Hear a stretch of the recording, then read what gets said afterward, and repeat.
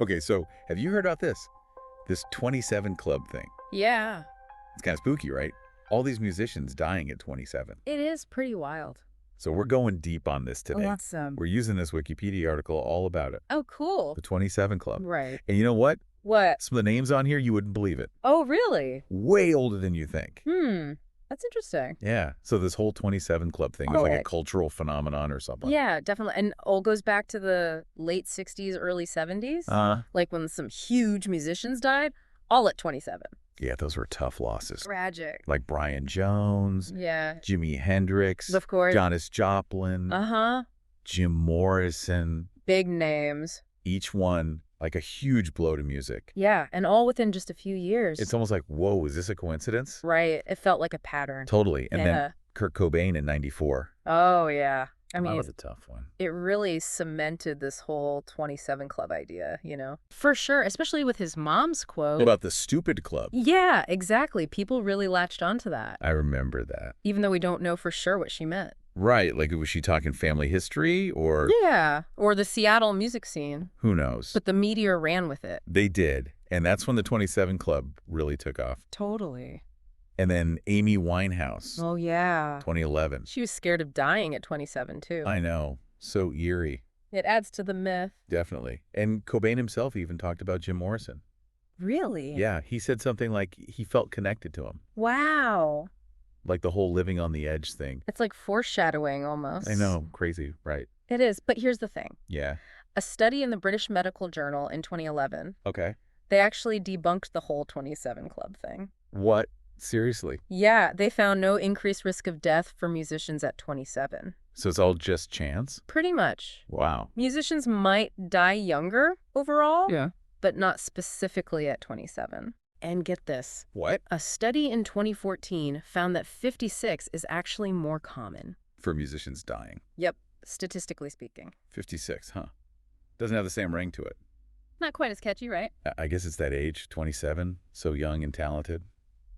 Yeah, the potential cut short. It's like this morbid fascination. Totally. And it's led to all these people being added to the club. Like it's a real club. Not really. More like a cultural idea. Gotcha. You got the holy trinity of Hendrix, Joplin, and Morrison. It's the classics. But it goes way back. Like how far back? We're talking Robert Johnson, blues musician. Wow. Died in 1938. No way. That's before all this rock stuff even. I know, right? It's crazy. He's wrapped up in this whole myth too. Yep, full of mystery and legend. It's wild how it all connects. I know, right? And it's not just musicians either. Really? Think of Jonathan Brandis, the actor. Oh yeah, he died young too. 2003, part of the 27 Club narrative. It's like any young talent gone too soon. Exactly. It speaks to how we view fame and death.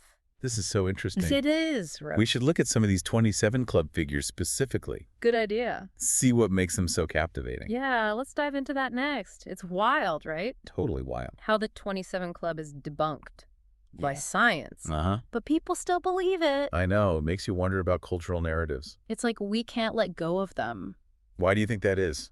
I think it's because we love patterns. Patterns. Yeah, and trying to find meaning. Even in random stuff. Exactly. Like we're natural storytellers. Ah, that makes sense. And the 27 Club. Yeah. It's a great story. It is. Kind of tragic, though. True. Touches on fame and death. That's like classic storytelling. Right. Like those tragic heroes you always hear about. Yeah, burning bright, then gone too soon. Exactly. There's something so captivating about that. It is kind of unsettling, though. Oh, for sure. And with the 27 Club, Yeah. it's all about potential. Unrealized potential. Right. They died so young. Like just starting out, Yeah, and we're left wondering what if. what amazing music they could have made. That's the tragedy of it all. It's like a bunch of question marks. Yeah, paths not taken. And the mystery just adds to it. Totally, like Hendrix and Joplin. We still don't know exactly what happened. So much speculation. Conspiracy theories. All feeding into the myth. And the media doesn't help. They love a good story. They kind of blew it up even more. Yeah, it's easier to sell drama than facts. So what can we learn from all this? I think the biggest takeaway Yeah. is mental health awareness, Oh, that's important. especially in the music industry. So much pressure. Yeah, many 27 Club artists struggled with addiction and depression. It's sad they had it all, but But fame doesn't equal happiness. we need to talk more about mental health. Absolutely. Break the stigma. So people can ask for help. Exactly. No shame in needing support.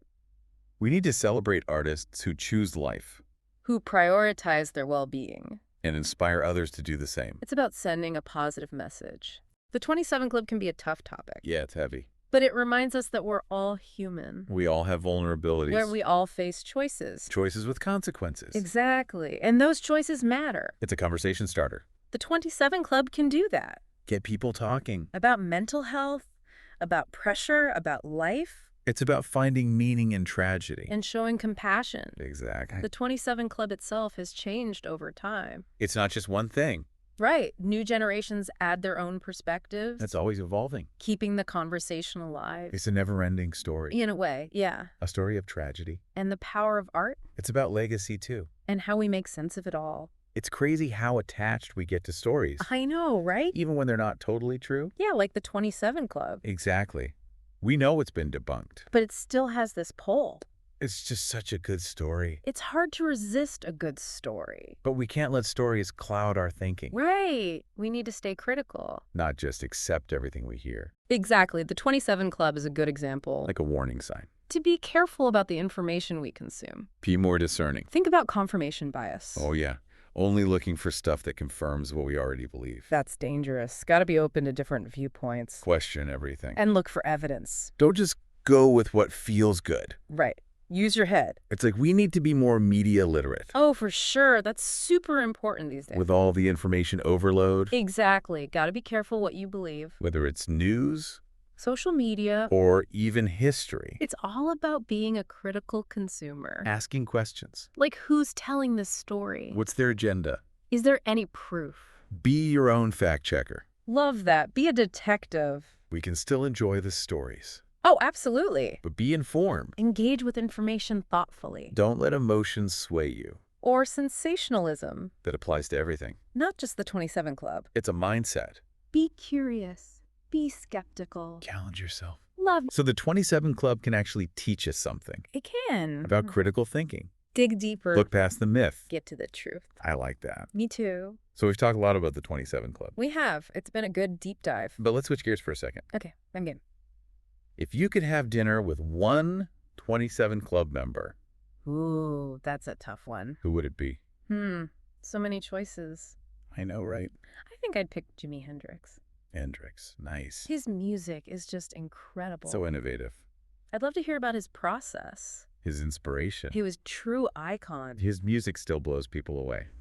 Imagine the conversations. Maybe he'd even play a little something. Now that's an invitation I wouldn't refuse. Me neither. But for now, we have his music and his legacy. It's amazing how these artists live on. Their impact is still felt today. The 27 Club, myth or not, reminds us of the power of creativity.